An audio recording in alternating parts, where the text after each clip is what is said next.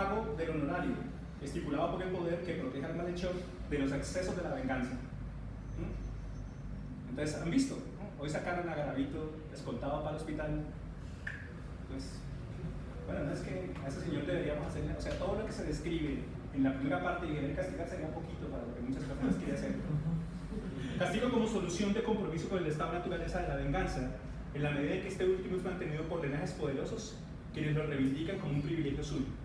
Punto por punto la noción de vendetta, que es mucho más antigua que la mafia italiana, ¿no?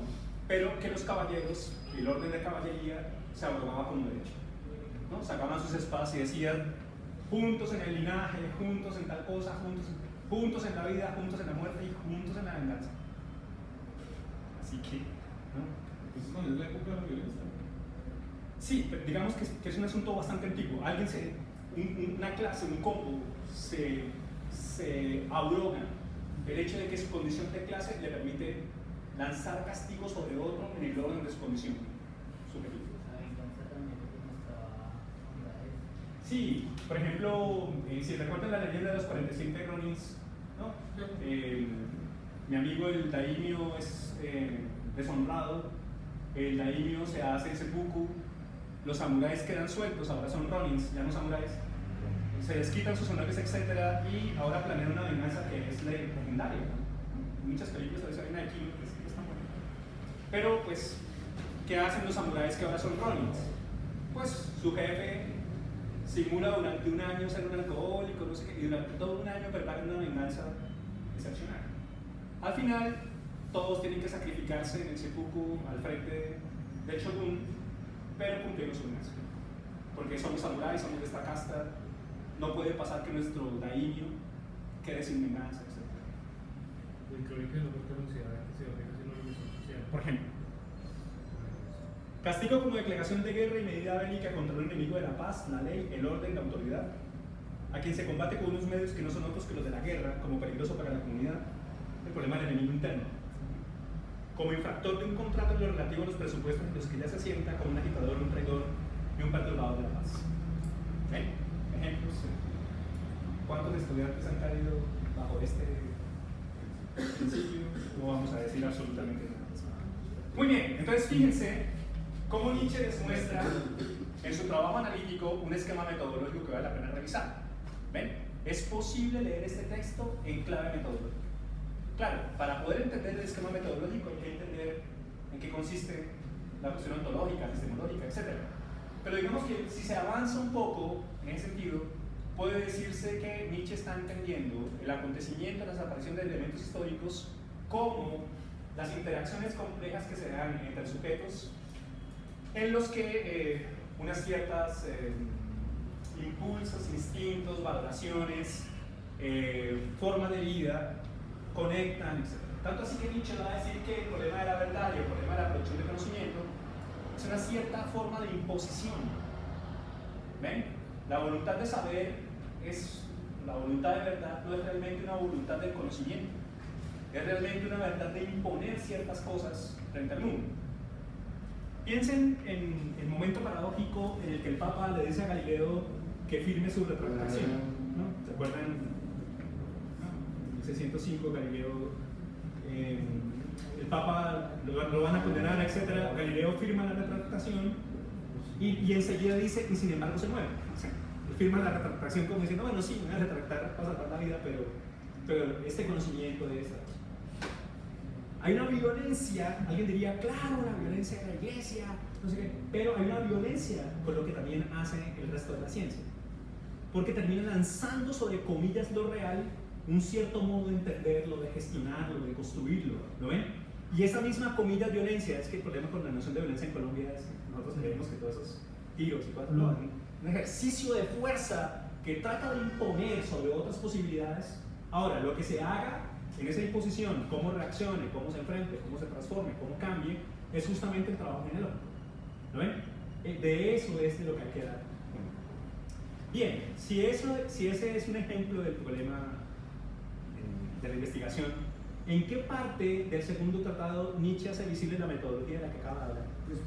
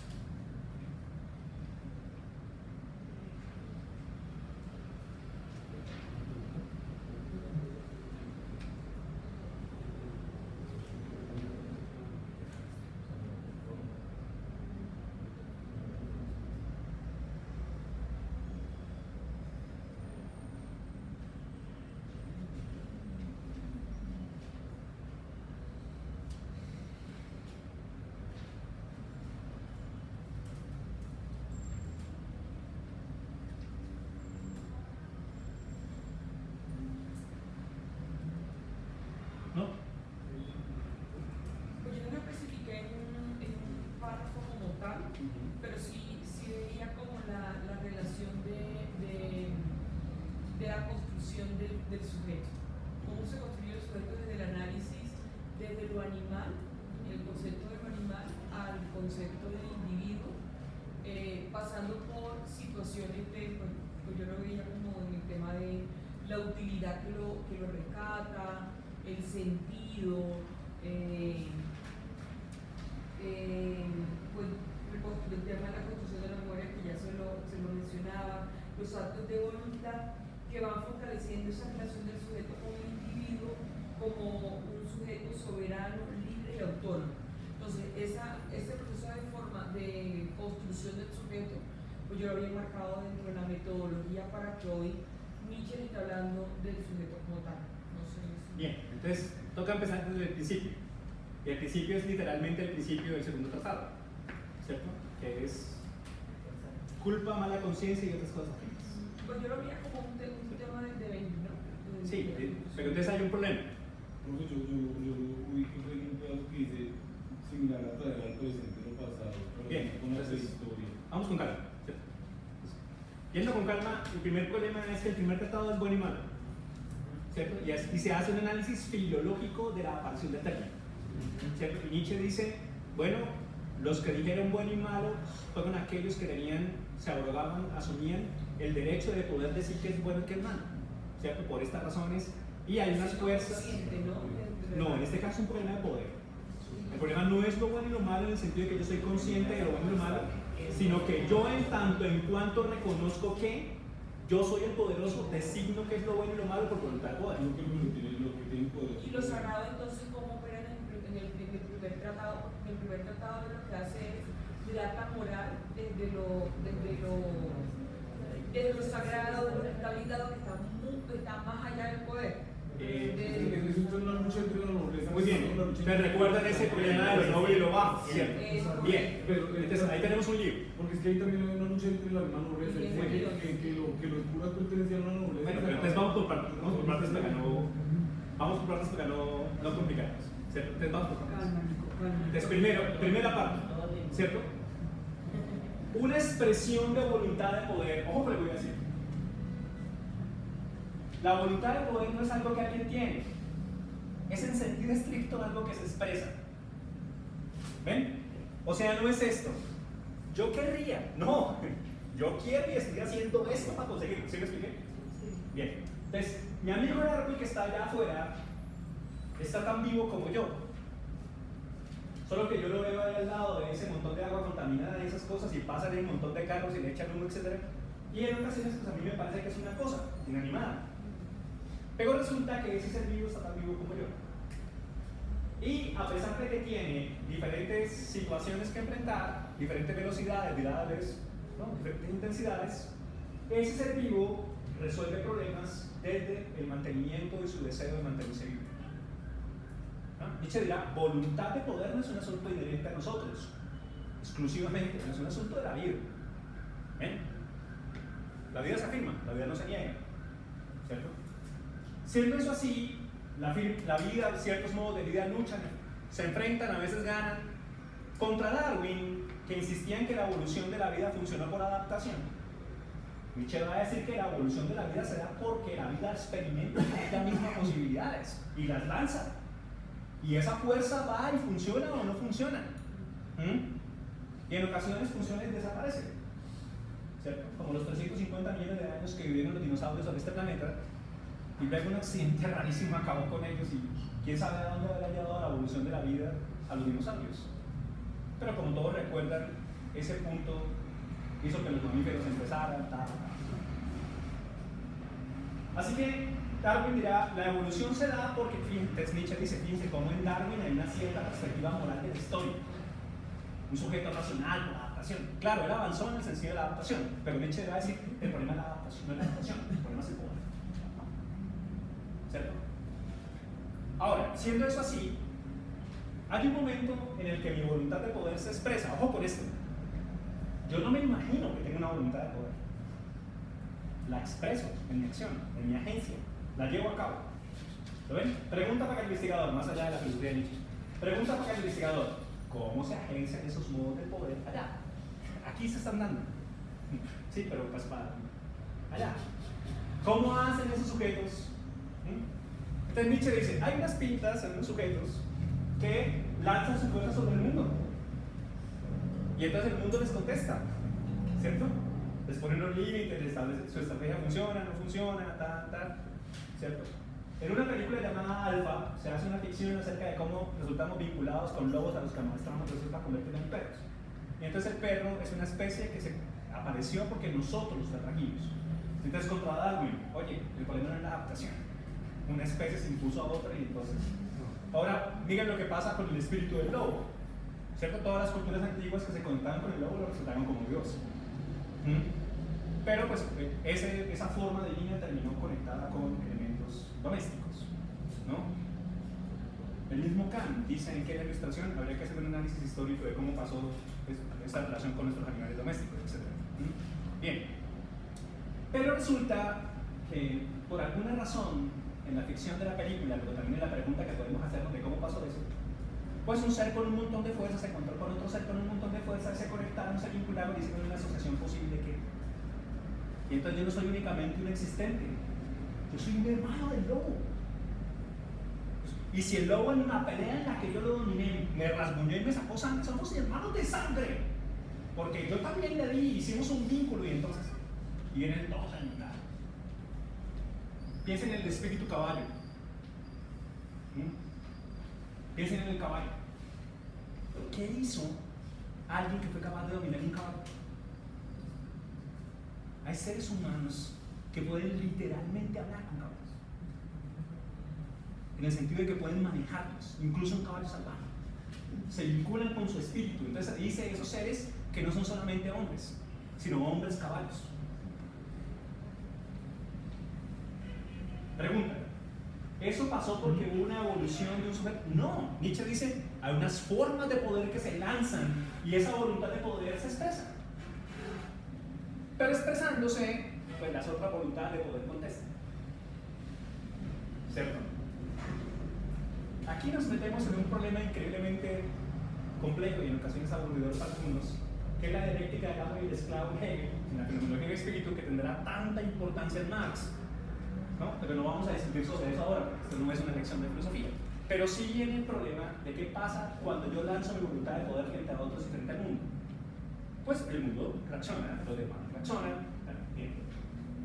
Pero resulta que unos reaccionan sometiéndose y otros enfrentándose. ¿Cierto? Y de ahí pueden pasar muchas cosas, muchas, incluyendo la supervivencia por sumisión. O sea, entendimos que hay que someternos frente a semejante fuerza, porque si no desaparecemos, compadre. Entonces habría una fuerza que se expresa, ¿cierto? Que no trae.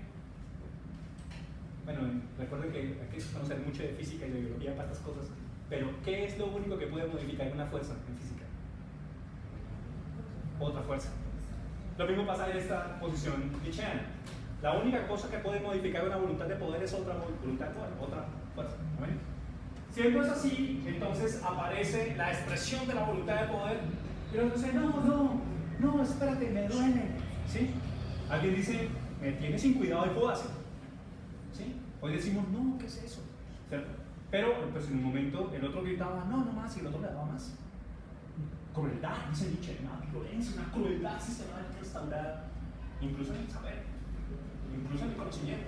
¿Ven? Ahora bien, lanzados a esas expresiones de voluntad de poder, lo que hay que establecer es la dinámica en el sentido físico del término de esa voluntad de poder y sus expresiones. ¿Ven? ¿Cómo funciona? De eso se trata. A ver, una expresión noble, dice Nietzsche, ¿no? Y una expresión baja, que es la diferencia entre lo activo y lo reactivo. Hay una diferencia bien clarita. Lo activo es la expresión, lo reactivo, la expresión y la acción, lo reactivo es el resentimiento. ¿Cierto?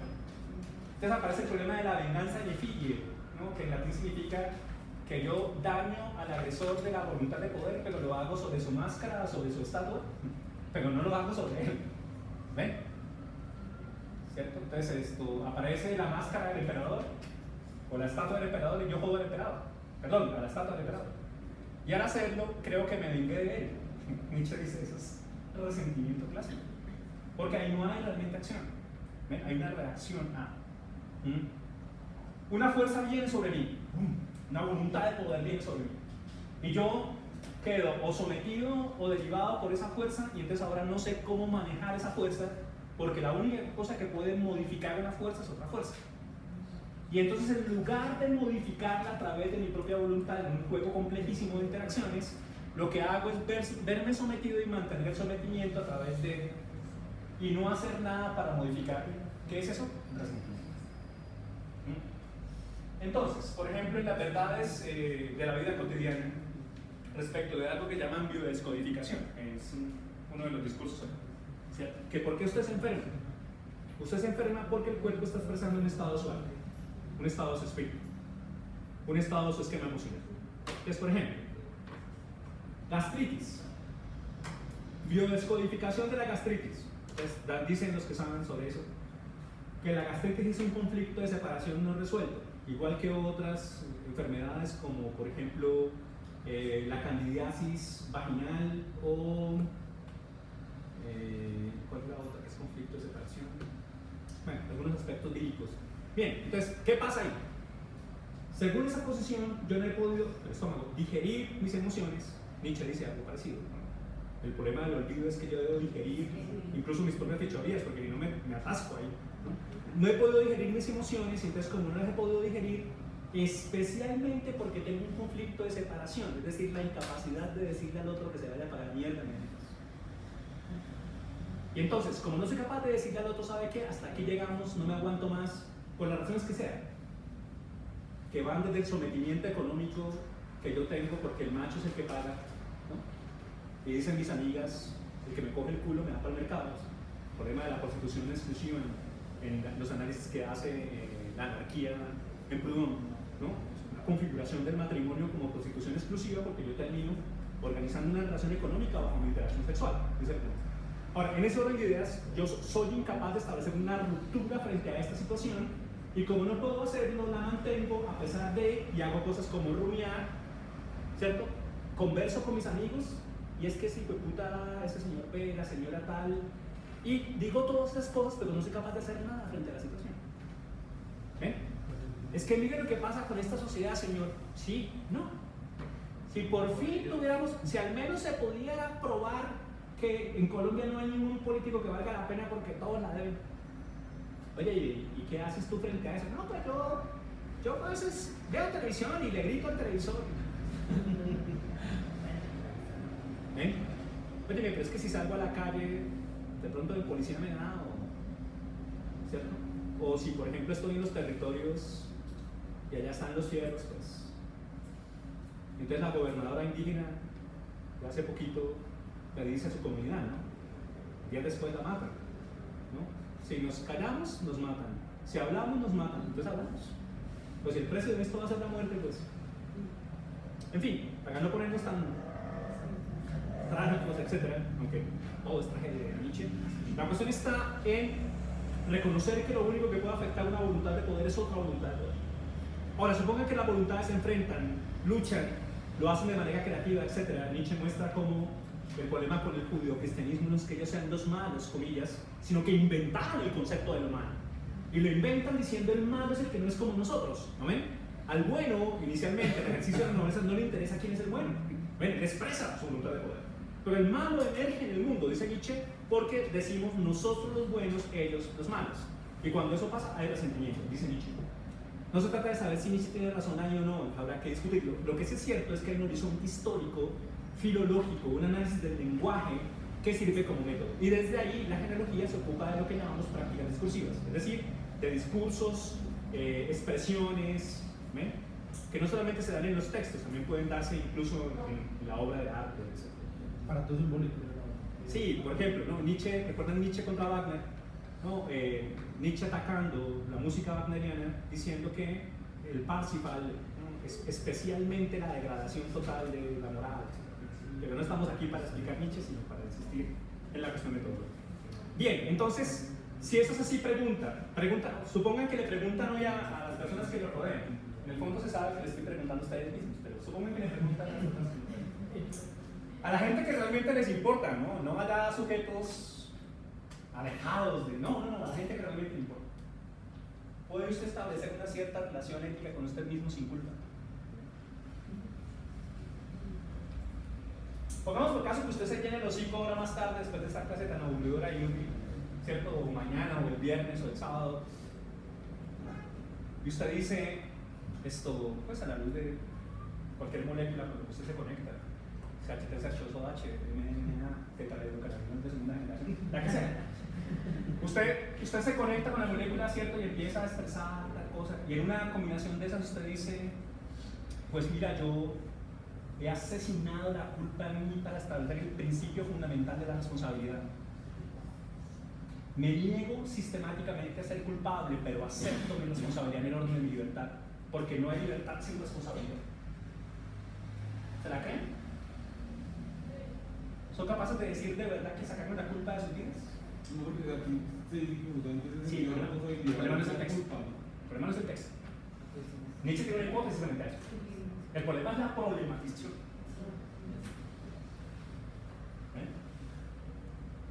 Pregunta genealógica: ¿cómo ocurrió históricamente hablando que nuestra moral esté soportada en un esquema de culpa?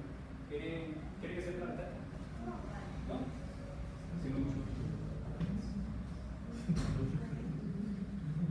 ¿Cómo ocurrió históricamente hablando que yo no pueda establecer una conexión con mi propia libertad sin sentirme culpable?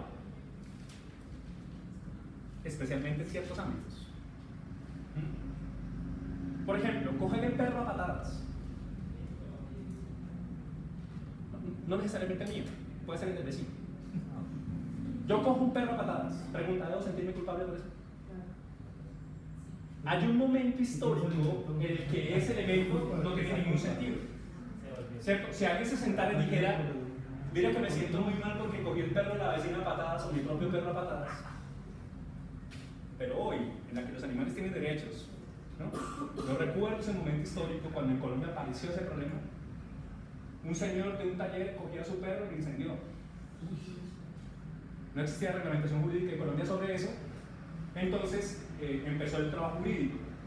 Pero pues empezó todo lo de la ética animal a venir, Peter Singer y otros. Y pues la pregunta de no generar sufrimiento innecesario, etc. Y al mismo tiempo el hecho de que las emociones en mí son también referentes éticos. Más allá de Kant, no únicamente los imperativos categóricos, sino ciertos sentimientos morales, la teoría de sentimientos morales, etc. Bien, digamos que hay un problema en la mitad de eso.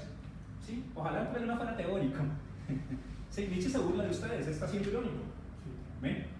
¿De verdad seríamos capaces de construir una ética en la que la culpa no tiene espacio?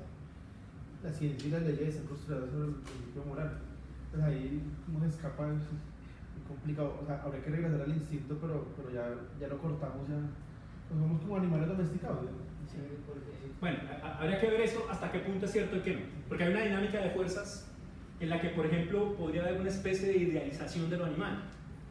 ¿Cierto? Una cuestión que fue muy común en el romanticismo.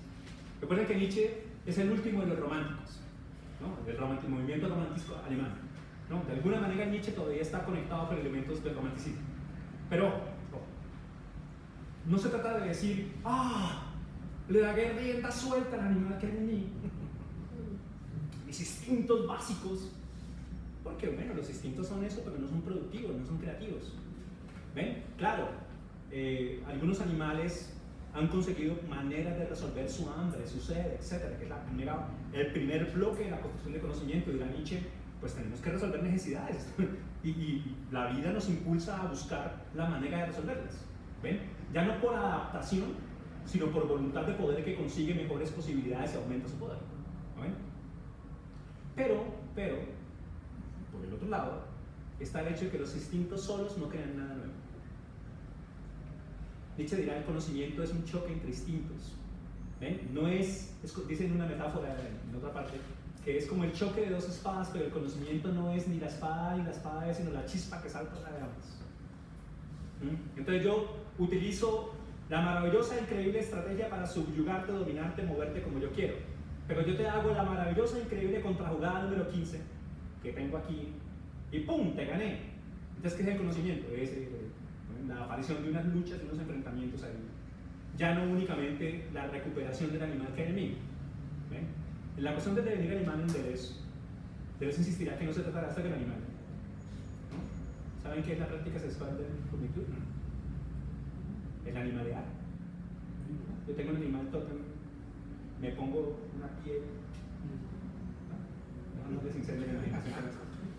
El asunto está en que no se trata de darse el animal, se trata de vivir molecularmente animal. Hombre lobo, el hombre lobo no es el que aparece en la tele, ¿no? Hay ciertas formas del lobo que somos capaces de traer aquí, etc. Bien, pero estamos en el problema histórico. ¿Ven? Fíjense cómo empieza la cuestión. Voy a dejar el primer tratado, que es maravilloso, fundamental, porque no sé en esta hablando sobre, pero metámonos en la cuestión metodológica, que es la que más nos interesa. Culpa, mala conciencia y otras cosas afines. Criar un animal al que le sea lícito prometer. ¿No es esta precisamente aquella tarea paradójica misma que la naturaleza se ha propuesto cumplir en lo que respecta al hombre? En su idea de genealogía de la ética, Foucault atacará esta posición nietzscheana, ¿no? Pero todavía no hemos llegado allá. Vamos aquí. Criar un animal al que le sea lícito prometer. ¿Han hecho promesas? ¿Sí? ¿Las han cumplido? Yo he visto ejercicios espirituales en los que unos sujetos en una comunidad traen a su memoria las promesas que han hecho para cuestionarse cómo esas promesas han jodido sus vidas. Las promesas que le han hecho a otros y que se han hecho a sí mismos. ¿Cierto? Promesas, hablando del problema de la conciencia, promesas que se hicieron, comillas, conscientemente, pero también inconscientemente. ¿Cierto? En el problema del merecimiento, por ejemplo, en Cábala, pues puede pasar que yo mismo haya organizado unos obstáculos internos que no me permiten merecer ni la riqueza ni la felicidad. Entonces yo, por ejemplo, prometí que sería idéntico a mi madre. Y cuando reviso lo que está pasando con mi vida, me doy cuenta que está pasando exactamente lo mismo que le pasó a ella. Imaginario. Digamos que imaginario es en el sentido lato del término. O sea, no es imaginario porque es imaginación, no, porque eso funciona. Es el soporte de un modo de vida. Vamos por eso. Bien, ahora, Nietzsche dice, criar en el sentido, el verbo alemán es clarísimo. En español, criar nos mete en el lío de que nosotros decimos criar un niño, pero aquí se dice criar en el sentido de crear un animal. ¿Ven? O sea, criar un animal al que se desea listo hacer promesas. La bestia rubia, la que habló en el primer apartado, ¿hacía promesas? Quizá cuando hacía, tal vez hacía máximo una. Y ponía todo su empeño en cumplirla porque en eso se le iba su voluntad de poder. Pero criar un animal que sea lícito, le sea lícito prometer, cumplir una promesa. ¿No es esa precisamente aquella tarea paradójica misma que la naturaleza se ha propuesto cumplir en lo que respecta a? Entonces tenemos un lío. ¿Es posible llevar un ejercicio de libertad sin promesas?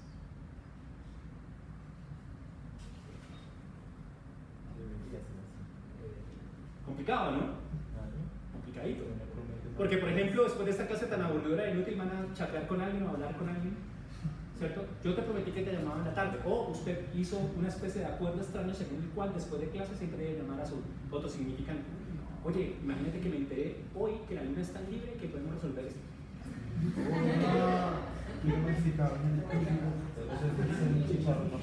Que este problema haya sido solucionado en alto grado tiene que parecerle tanto más sorprendente a quien sepa valorar debidamente la fuerza que actúa en contra, la del olvido. Entonces ahora sí viene el problema de la razón, memoria olvido. ¿Qué hacemos para que el otro recuerde sus promesas para que pueda cumplirlas? Respuesta: creamos un sistema de crueldad en el que negamos unas formas de dolor sobre el otro para construir una memoria para que no lo olvide. ¿Ven? ¿Qué es eso? Culpa. La aparición de la culpa implica una relación de deuda, ¿no? Y un asunto de deuda ontológica. Deuda ontológica.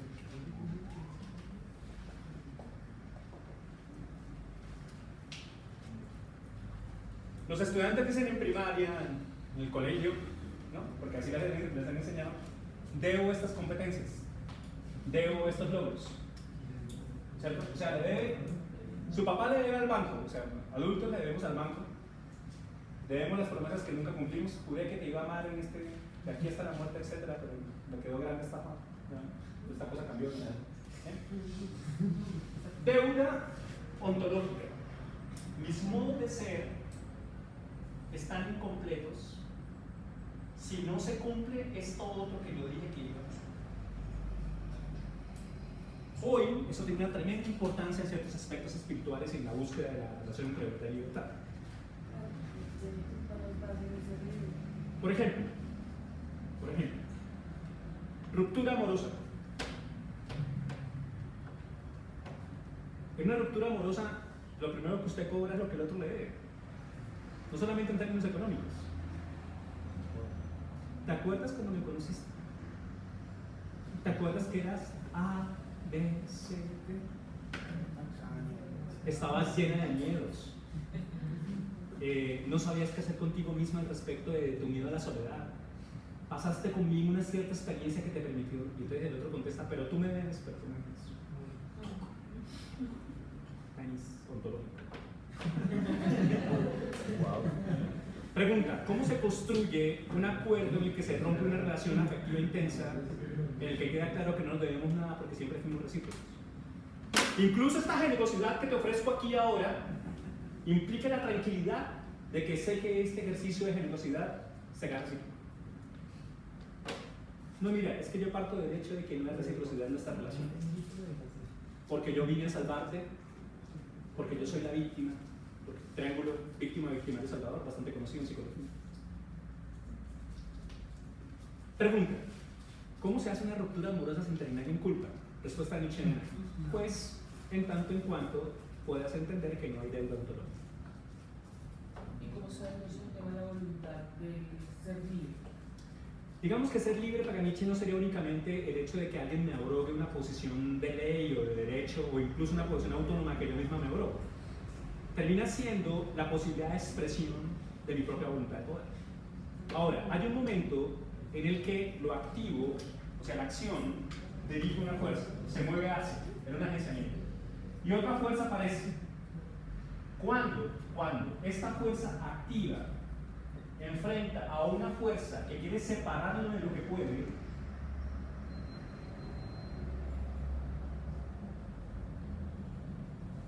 esta fuerza no es activa, sino reactiva.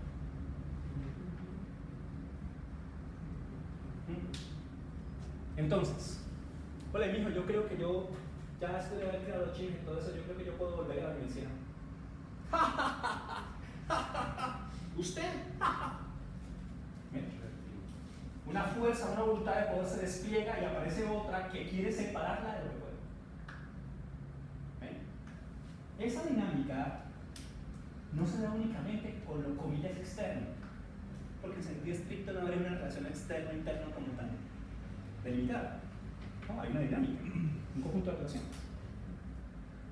Resulta que a mí me pasa eso en el orden de la composición de mis propias fuerzas. ¿Ven? Porque en mí también hay configuraciones reactivas que intentan poder que han sido entregadas por educación, entrenamiento, training. Nietzsche lo dice con todas las letras aquí, training, utilizando la palabra inglesa en training. Entonces, una cosa, ¿cierto? Es que a mí se me haya enseñado a elevar mi ki, que es como se dice hoy, eleva tu energía porque estás vibrando bajo, ¿cierto? Que es un asunto totalmente cultural en la filosofía del samurái, la cuestión del karate, del aikido, ¿sí? Es un asunto de respiración, el yoga también lo sabe.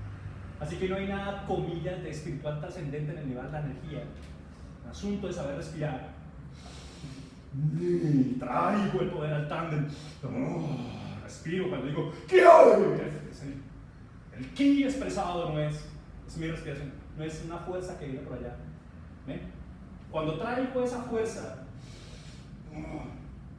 entonces voy buscando lo que puede esa fuerza. Pero si alguien dice, tal vez ridícula en ese kimono, ¿no?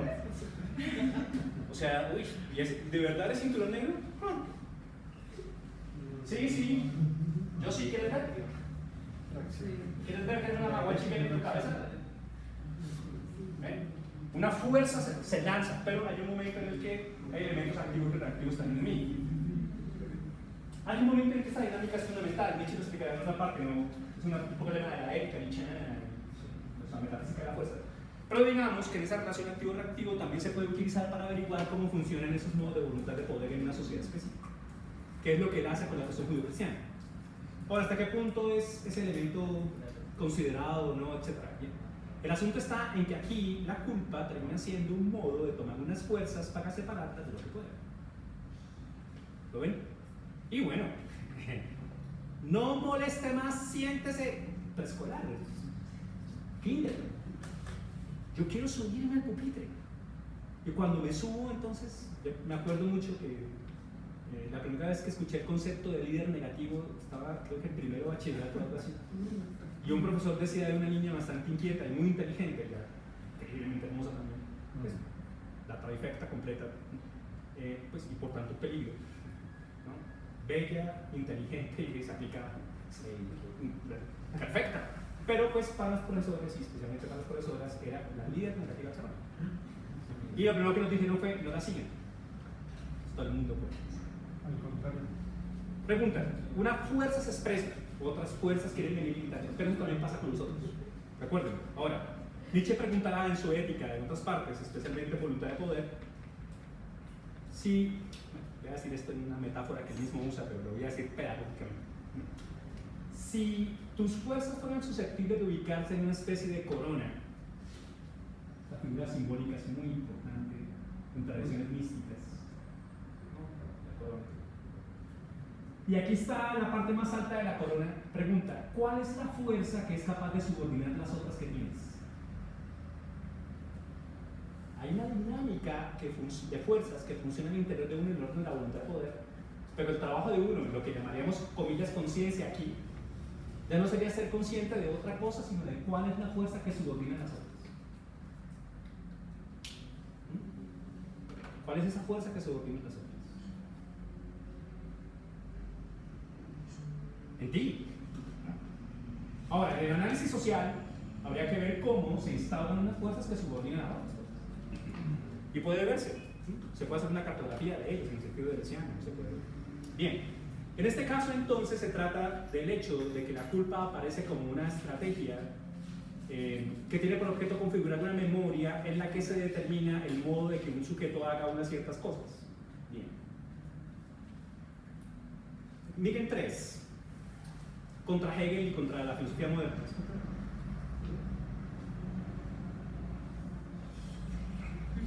Vamos. 3. Su conciencia. Se puede adivinar de antemano que su concepto de conciencia, que aquí nos sale el paso en forma más alta y que casi nos produce extrañeza, ya tiene tras una larga historia y un proceso de metamorfosis sucesivas. Poder ilícitamente responder de uno mismo y poder hacerlo con orgullo, por tanto, poder ilícitamente decirse sí a sí mismo, este es, como ya dijimos, un fruto maduro, pero también un fruto tardío. ¿Durante cuánto tiempo tuvo que colgar del árbol este fruto, permaneciendo amargo y agrio? Fíjense que eso suena parecido al problema de la autonomía en Kant, pero no es el problema. El problema es el poder. Miren la dinámica. El concepto de conciencia, que aquí no sale al paso, tiene tras de sí una larga historia y un proceso de metamorfosis. Problema analítico. Dar cuenta de la aparición de unos elementos en la sociedad y de sus cambios y transformaciones históricas. Eso es genealogía. Ojo, ojo. Neguen el presente en el sentido de lo que significaría un espíritu libre en la perspectiva nietzscheana, ¿no? Ella ha escrito muchos libros sobre esto. Poder lícitamente responder de uno mismo y poder hacerlo con orgullo. Ojo, lícitamente. Esto no es un asunto de utopía. Cuando desencadene el romanticismo raro, cuando desencadene el animal interno que soy, entonces llegaré por fin al espacio bucólico en el que puedo. No, eso es un problema hoy. Oye, ¿tú me amas? Esto, mira, pues no sé qué significa eso para ti, pero bueno, sí o no. Esto, porque yo no voy a continuar esta relación si no es así. Bueno, sí. Sí, yo creo que sí por estas razones. ¿Harías esto conmigo? Sí. ¿Ven? Poder lícitamente responder de uno mismo y poder hacerlo con orgullo. Por tanto, poder lícitamente decirse sí a sí mismo, que es la afirmación de la vida en la voluntad de poder. Este es, como ya dijimos, un fruto maduro, pero también un fruto tardío, que porque no es lo mismo. ¿Y durante cuánto tiempo tuvo que colgar este árbol de este fruto permaneciendo amargo y ágil? En historia de los sistemas jurídicos, por ejemplo, hay un momento en que las mujeres no pueden heredar, lo saben. Después hubo otro momento en el que sí, ¿cierto? Y hay un momento en el que yo no necesito hacer un documento llamado testamento, sino que le digo a mi mejor amigo, haga tal cosa. Incluso puedo heredarle a mis hijos. Se han leído novelas románticas, oye, me voy a morir, esto tengo. No es te encargo a mis hijos en el sentido de echarles un ojito, no, te los dejo aquí para que los críes como tus hijos. ¿Ven? Lícitamente. Y el otro contesta, sí, lo haré. ¿Ven? El esquema del guerrero, ¿cierto? El comandante, me acuerdo de esa escena en Willow, ¿no? Está el comandante en el suelo, muerto, entonces llega el soldado, que es el personaje secundario pero heroico. Y el comandante le dice, gana esta guerra por mí. Y el otro dice, sí, mi código, no sé qué de tal. ¿Ven? Ahí hay una afirmación de la voluntad de poder, que no le quita un ápice al hecho de que hay otra voluntad de poder queriendo que esa voluntad de poder alcance. ¿Ven? ¿Cómo se le puede hacer al animal humano una memoria? Vean la pregunta inicial. ¿Cómo lograr que a este entendimiento atado al instante, en parte embotado, en parte demasiado parlanchín, y que se lo olvide en persona, se le quede grabado algo de tal manera que pueda tenerlo presente? ¿Recuerdan el gran problema en Jack Sparrow, ¿no? Ahora se ponen esas películas y la gente jamás ha visto el holandés errante, ¿no? de Wagner, el problema de Nietzsche con Wagner. No, pues porque ¿quién va a ópera? Y más en Colombia, pues ahora usted puede ir a los domingos a cine en Colombia y ahí les pasa, ¿no? En las versiones contemporáneas de eso. Pero bueno, el holandés errante, entonces resulta que a la diosa del mar se le olvidó cumplir la promesa. Pregunta, ¿puede obligar a alguien, a un dios, a que cumpla una promesa? Nadie puede obligar a Calypso a que cumpla la promesa. Y ella le dice con la serenidad de un niño, ¿han visto el personaje? Dice, lo olvidé. Y el otro dice, puta, pero se dio cuenta de lo que me pasó a mí, quedé condenado por toda la eternidad. ¿Quién puede obligar a un dios? ¡Dios!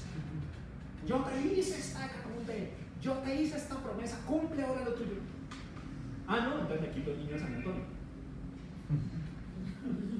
Hasta que ¿ves? Los dioses también se castigan.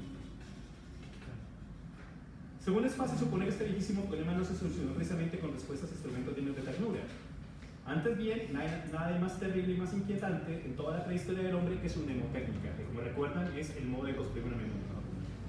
Bien, entonces aparece el problema de la memoria y el problema de que alguien haga eso que dijo que iba a hacer y que lo prometa, tal cosa. Eso fue un asunto de historia, eso no fue de la noche a la mañana, ni tampoco fueron los códigos de honor.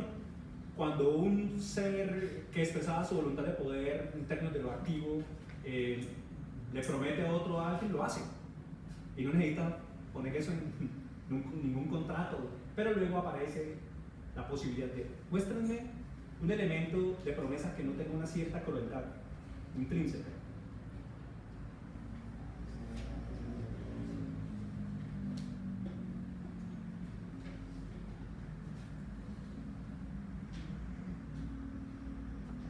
¿Nunca jugaron eso de casita de palo, casita de hierro? ¿Se va a aplicar? Las cosas han cambiado mucho, pero cuando yo era niño, en los descansos, cuando llamamos el recreo, uno le prometía a alguien algo y entonces se tomaban los dos meñiques. Ya no nos cortamos con sangre, ni firmamos con sangre, ni nada de esas cosas, sino nos tomábamos los meñiques, ¿cierto? Y alguien decía, casita de palo, casita de hierro, si no lo cumple, se va para el infierno. Por ejemplo, en Harry Potter hay un vínculo que es el vínculo insondable. Se me olvidó cuál es el nombre de eso en la saga. Luego recuerdan que se unen y se crea una especie de lazo.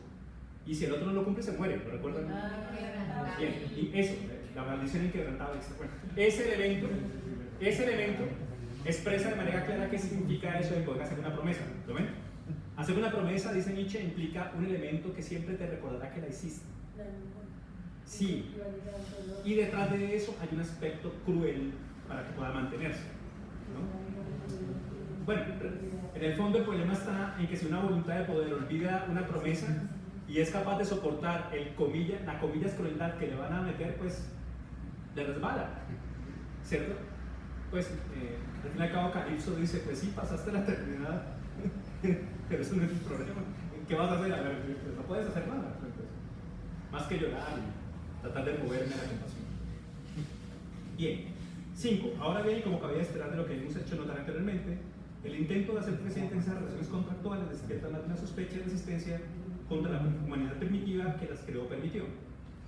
Precisamente aquí se promete, precisamente aquí de lo que se trata es de hacerle memoria a quien promete. Precisamente aquí cabe recelar que estamos ante una mina de cosas duras, crueles y penosas. En este mismo apartado y en otros lugares, Nietzsche insistirá en que la religión es un sistema de crueldades, ¿no? ¿Qué es eso? Entonces aparece en 6 la pregunta problema para movernos al desafío que les doy.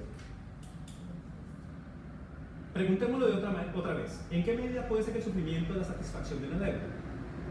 En 13 el problema va a ser el castigo, entonces Nietzsche va a decir, bueno, pero el castigo no es siempre el mismo, hay diferentes modos de castigo. Ojo, respuesta, en la medida en que hace sufrir, sentado bien en grados 1, en la medida en que el perjudicado, a cambio del prejuicio y del displacer por el causado, obtenía un extraordinario contradisfrute. ¡Ey, Nietzsche! A ver, ¿qué me estás diciendo? Recuerde que hay un problema aquí con la voluntad de poder, que en ocasiones no puede expresarse, el colmo del resentimiento, y al no poder expresarse no tiene más remedio que lanzarse sobre sí misma, ¿no? Esa es la pregunta principal del texto. Miremos la evolución. Yo tenía un poco de... No, yo no he dicho que sea la pregunta principal. Vamos a la evolución. El de hacer sufrir una auténtica fiesta, algo que, como hemos dicho, tener una cotización más alta cuanto mayor fuese su contraposición con el rango y la posición social del acreedor. Todo esto a modo de conjetura, ya que es difícil ver el fondo de esas cosas subterráneas, es difícil, prescindiendo de que resulta penoso y que en este respecto ponga toscamente sobre el tapete el concepto de venganza, más que facilitar la mirada, lo que está haciendo es obstaculizarla y oscurecerla. Pues la venganza remite a su vez precisamente al mismo problema. ¿Cómo puede servir de satisfacción hacer sufrir? Les pregunto. Estrategia de víctima. Claro, aquí hay un problema serio sobre todo lo que significa el problema de la víctima, por ejemplo, en Colombia respecto al conflicto armado. ¿Cierto? Pero, ¿qué es eso que es una víctima aquí? Una voluntad de poder se lanza contra otra voluntad de poder para ver cómo la subyuga, las organiza, las subordina. Recuerden que el ejemplo privilegiado de Nietzsche aquí no es el paramilitar, ni la estructura armada, es el sacerdote. Cuando eso es así, ¿no? Hay una violencia que se instaura sobre el otro y esa voluntad de poder tiene que averiguar qué hace frente a eso. Tiene que averiguar qué hace. Bien. Pero hay un momento en el que alguien podría configurarse de tal manera en el orden del resentimiento que se niega a actuar, y aparte de que se niega a actuar, termina lanzando sobre sí, o sea, no necesariamente sobre el otro, sobre sí, un conjunto de disposiciones en las que la fuerza se ataca a sí misma. Es decir, la voluntad de poder ha organizado una relación con otra voluntad de poder tan extraña que ahora cree que su única salida es lanzarse sobre sí misma como objeto de su propia voluntad. Y así, dice Nietzsche, aparece la interioridad, la conciencia, etc. Bien. Fíjense, sí, el problema de lanzarse sobre sí mismo para castigarse internamente. Fíjense entonces que habría una posibilidad de dar cuenta de la emergencia histórica del hecho de que nosotros mismos tengamos esas relaciones de culpa, ¿cierto? Pero fíjense que el problema no es tanto únicamente en el orden de la comillas diferencia entre culpabilidad y responsabilidad, tal como dirá después el psicoanálisis y otras teorías sí, ¿cierto? Sino mejor el hecho de si yo me comprometí en una clase de contrato interno es más complicado porque entonces yo generé una especie de autotortura en la que firmé una especie de contrato que me violenta a mí mismo, o externo que configuró una deuda ontológica. Y si esto es así, el problema no es ser responsable de mi libertad en el sentido de que la libertad tiene como correlato la responsabilidad, eso es bastante conocido, ¿no? No hay libertad sin límites, no hay libertad sin responsabilidad, es un asunto que todo aquel que haya leído 2 páginas de ética lo entiende. Pues los adolescentes no, porque quieren otra cosa, pero una persona que tiene relativamente claro esto lo entiende. Toda libertad es libertad tanto en cuanto tiene límites y establece una responsabilidad consigo mismo y con nosotros. Pero, una cosa es reconocer eso y otra cosa es haber configurado un conjunto de deudas ontológicas de las que todavía estamos prisioneros. Bien, pregunta. ¿Cuáles serían las deudas ontológicas que tenemos aquí ahora? No lo digamos en el sentido de la catarsis propia de, mi deuda ontológica es esta, sino en el sentido de esta sociedad. ¿Cierto? Entonces veamos. Tenemos deudas en el banco. Por ejemplo, para pagar en la universidad hay que endeudarse. No solamente la universidad, sino la casa. ¿No? Pues escrito en las sociedades de control, Gilles Deleuze, ¿no? Deleuze corrigiendo a Foucault, ampliándolo. El hombre ya no es únicamente el hombre encerrado, ahora es el hombre endeudado. ¿No? Así que hay deudas. Debemos al banco. Supongo yo que todos. Bien. Pues algunas personas le deben a sus profesores los logros, ¿cierto? Que no han cumplido, entonces toca ir a cumplirlos. Sí, el portafolio. Deuda ontológica. En esta sociedad hay unas reproducciones de deudas ontológicas.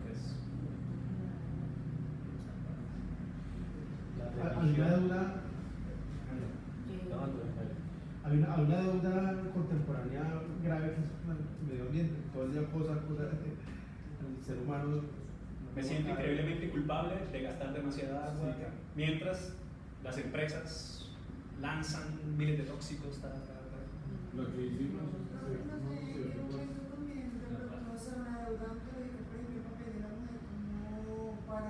Para reproducción. Sí, entonces, si decido de mí misma vivir mi vida de cierto modo, entonces ataco los tres elementos que supuestamente son realmente lo femenino, ¿no? La Santa Madre, porque mi madre no es únicamente madre, sino que también es santa, a pesar del terrible daño que nos hace. Cualquier psicoanalista señala que el primer problema de la madre es los aspectos de pulsión de muerte que implica sobre sus hijos. Pero bueno, la madre es la Santa Madre, ¿no? Y la madre santificó el cuerpo a través de la sexualidad. Por eso usted no le regala a su mamá el día de la madre un vibrador de última generación. O sea, usted no llega con un aparato de 2 millones de pesos de titanio y le dice, con forma de conejito, o un succionador de clítoris, y le dice, mira, es la última integración. Y no le dice, mira, dado que no necesariamente has disfrutado del placer en esta interacción, mira, hazlo. No, usted no hace eso, porque la madre es santa, ¿no?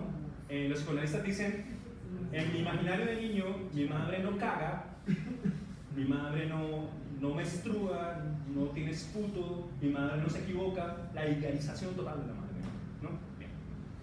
Entonces la Santa Madre. Pero si yo no quiero ser madre, y mucho menos la Santa Madre de nadie. Y si para eso me doy el derecho a abortar y de no tener hijos. 2. Entonces, si no, entonces me toca derivar puta, porque entonces quizás si yo deseo liberar mi deseo y soy yo la que tiene los condones, la que paga la cuenta, la que tiene su casa, la que, entonces pues debe ser que yo soy bien puta y bien perra, porque primero yo llevo los condones y pago la cuenta y tengo la casa donde llevo la pita que me quiero comer, así que, oye, pero estás haciendo lo mismo que hace un hombre, sí. El problema es que un hombre que hace eso se le felicita y a una mujer que hace eso se le dice perra. Y la otra es la lesbiana. Entonces, si no quiero ni ser madre ni puta, entonces debo ser lesbiana. Me toca cortarme el cabello y pintarme de azul, ¿no? Y tal. Y hay muchas formas de lesbianismo, unas de besitos, las tomboys. Oye, si yo no quiero ser ninguna de esas tres, pregunta, si no quiero ser ninguna de esas tres, ¿entonces qué soy? O bien, yo me pregunto cómo podría experimentar conmigo mismo un cierto modo de ser a través de unas modas prácticas, etc. O bien, termino que significa. Es que, bueno, entonces, no, es que tú no eres ni A ni B ni C, eres bisexual. Sí, pero siendo bisexual puede ser perra, puta madre. Claro, de puta madre. Fíjense, ¿cómo se hace para establecer en la masculinidad tóxica en la que el patriarcado nos mete, oye, ¿cómo ser un hombre distinto? Hace algunos años empecé con una campaña griega que yo decía en todas las clases, entre más hombre, menos macho, y entonces mis compañeros se reían y decían, santanderiana de mierda, es que hablando que menos macho, ¿usted no se ha dado cuenta? Usted es el macho típico.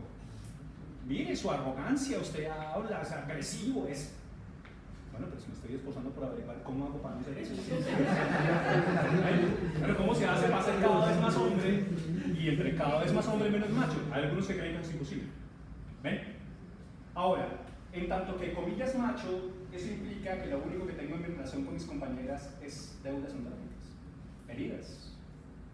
Si me subo al Transmilenio, entonces yo soy un potencial agresor, si paso por la calle, si estoy en esta clase, oye, pues yo ya no quiero ser eso.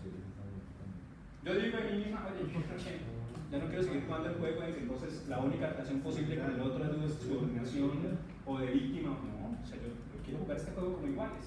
Entonces hay un problema porque los machos se espantan. Ahí sí, apenas yo traigo mi voluntad de poder, le digo, venga papito, que estás aquí así. Me asusto. Oye, no te preocupes, cálmate, no tienes por qué asustarte. Mira, eso se puede hacer así. ¿Por qué no entras en este entrenamiento? Hagamos esta experimentación, juguemos esto de esta manera, Oye, pero esto no será que de pronto yo termino en otra parte, ¿no? Deleuze dice, si usted toma un rayo láser lanzado a la velocidad de la luz sobre el universo y lo desvía un micromilímetro, una cosa así, a esa velocidad en algún momento estará a miles de millones de kilómetros de distancia, solamente por haberse movido este poquito. Gente nuevo, fíjate, tu contagio. Esto. No, yo sé que la dinámica de fuerzas lo único que puede modificar es otra fuerza.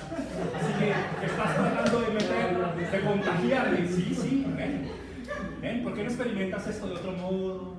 Trata, ¿sí? Si tienen Netflix, por ejemplo, habrán visto esa cuestión de la cuestión Singer en el juego de las llaves, ¿no? Que es una cuestión muy conocida hace mucho rato, pero que genera una especie de cuestión rara ahí que es espectacular y al mismo tiempo excitante para muchos. Entonces el asunto está en que yo muevo a alguien un centímetro de su posición y ese deseo proyectado a la velocidad, deseo, no fuerza, estamos hablando de Deleuze, no de Nietzsche, ¿no?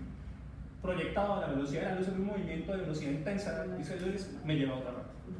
Y entonces cuando me lleva a otra parte me asusta, ¿no? Deleuze dice que ese movimiento es, yo me salgo de la línea de segmentación dura, salgo de la línea de segmentación blanda, planeo, veo las segmentaciones y en ocasiones me asusto de ver las segmentaciones y bueno, caer. Pero cuando caigo ya no soy el mismo, ya ha pasado algo. Bien. Ahora, deudas ontológicas. Deudas ontológicas. No he cumplido este proyecto. Fíjense. Digamos que es una deuda social. Bueno, el artículo 19 de la Constitución no hemos podido llevar a cabo, ninguna sociedad lo ha hecho. Bien. Ahora, deuda ontológica, que se le crea hoy al sujeto como aspecto. Fíjense que esa deuda ontológica de alguna manera termina resolviéndose desde estrategias de este orden. Es que de la misma libertad puede ser una deuda ontológica. ¿En qué sentido? Porque el hombre nunca ha sido libre en su por totalidad y ni siquiera en su voluntad misma de poder. Bien. Entonces, digamos que hay una pregunta acerca de qué significa ser libre y una cierta idea que yo tengo de la libertad. Ahora, Kant dirá que la libertad es libertad en tanto en cuanto yo deseo llevar a cabo las posibilidades racionales, ¿cierto? No importa si lo realizo o no. Si yo deseo llevar lo racional, ya estoy siendo libre, según Kant. Nietzsche atacará esa posición para decir la libertad es la expresión de una fuerza y la dinámica de fuerzas que configura con el mundo y con otras fuerzas. Bien. Foucault dirá que la libertad no es otra cosa que un conjunto de límites de la acción. Bueno, eso es Perea diciendo que Foucault es eso. Pero digamos que en la mitad del paseo hay una serie de preguntas acerca de qué es la libertad, pero yo sí podría decir, es que yo no soy libre. Claro, yo tengo una cierta idea de libertad ahí, ¿cierto? Pero digamos que no importa en este momento. Yo podría creer que no he cumplido con un cierto proyecto vital. Y como no he cumplido con ese proyecto vital, entonces ahora, ¿sí? Me miro al espejo y no he conseguido la supuesta figura que debo tener, ¿cierto? Entonces ahora me toca hacer a veces de modificarme a mí mismo, X, Y, Z, ¿cierto? Me pongo el peso y digo, uy, Dios mío, estoy sobrevolado con estas cosas, ¿qué voy a hacer? ¿No? Acaba de salir la estadística, uno de cada dos adultos en Colombia tiene sobrepeso, ¿cierto? Entonces me miro a mí misma, ¿cierto? Digo, pero si los demás entendieran que es un problema de tiroides, ¿qué pasa?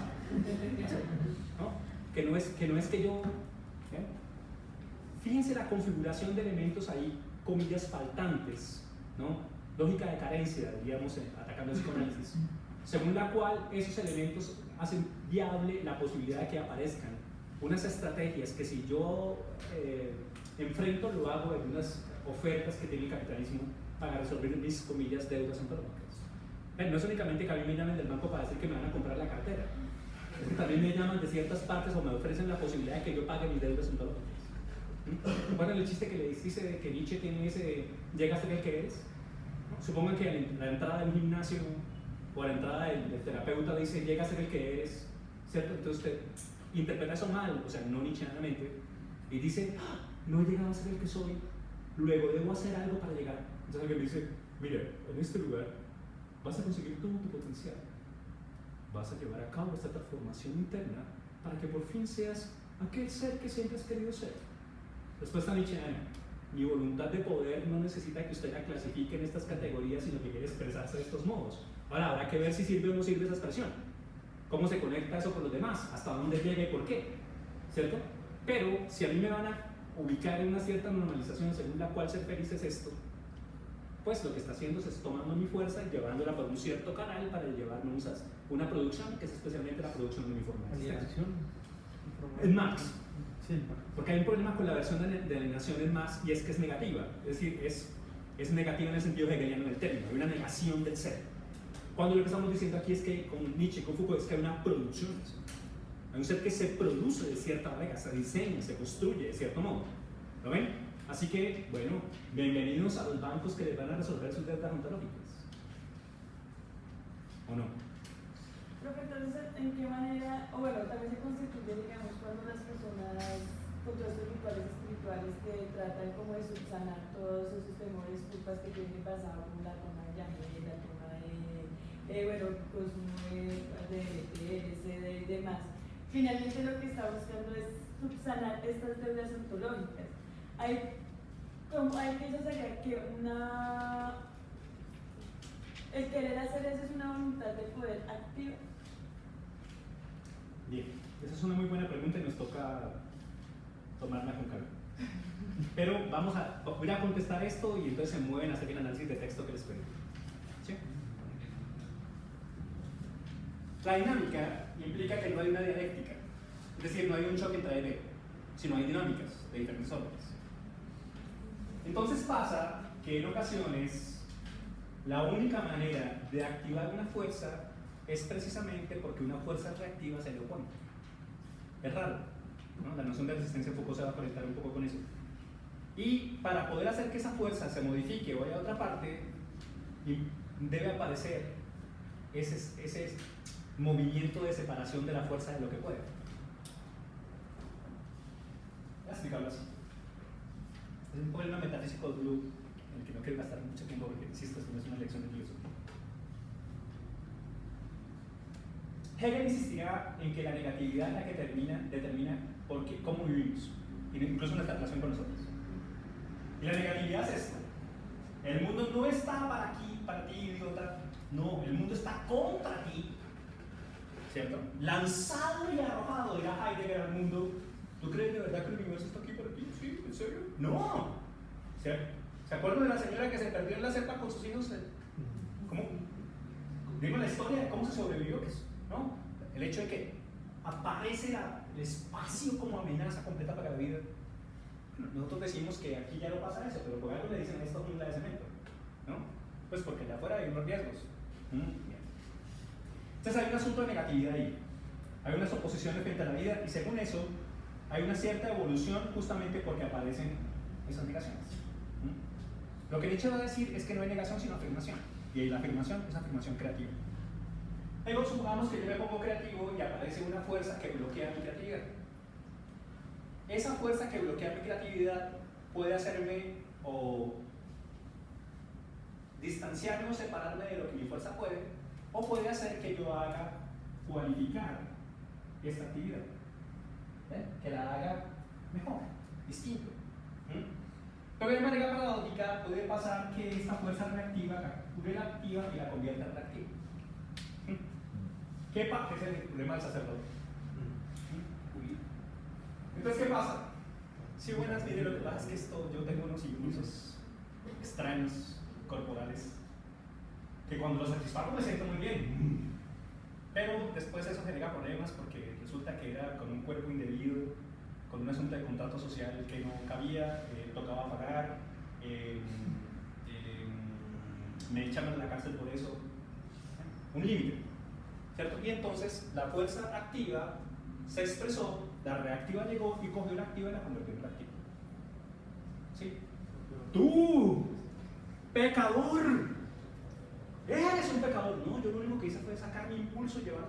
No, ese impulso es necesariamente malo porque ataca a esa idea. Y entonces se da este movimiento. ¡Ah! Este impulso es malo. Yo no debería hacer estas cosas. ¿Ven? La voluntad funciona, es separada y ahora se vuelca sobre sí misma. Niño malo, no hagas esto. Ahora no hagas esto porque entonces ganarás condenación eterna o me doy látigo. Físicamente hablando, no únicamente. ¿Qué pasó? Mi fuerza activa fue bloqueada por una reactiva y ahora la convirtió en una fuerza reactiva. Mi fuerza activa desencadena, se enfrenta con una fuerza reactiva, pero ahora ocurre que esa fuerza activa es capaz de activarse incluso si lo reactivo aparece.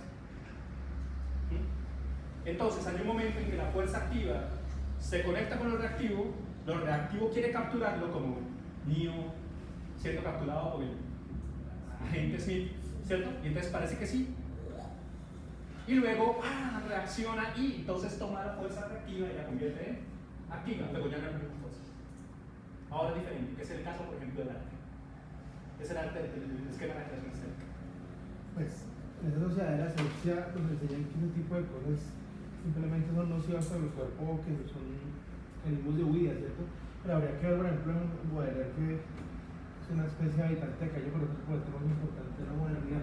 Esa fuerza reactiva lo que hicieron fue potenciarlo y llevarlo a la inmortalidad.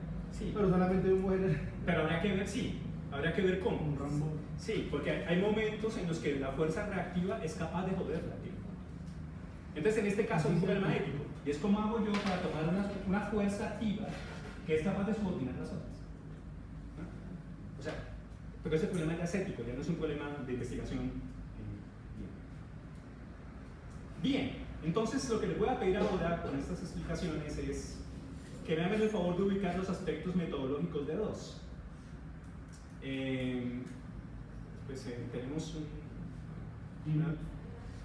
quizá unos 20 minutos hasta las 9, de tal manera que se puedan reunir 2 o 3 y puedan decir, mire, más allá de toda la filosofía de Nietzsche que se expresaba acá, que yo ahora comprendo y entiendo mejor, yo quisiera ver unas indicaciones metodológicas en el texto. Y entre los 3, 4 que se reúnan, establezcan esas indicaciones metodológicas, puramente metodológicas. ¿Me expliqué? Bien, hagamos eso inmediatamente. Reunámonos siempre.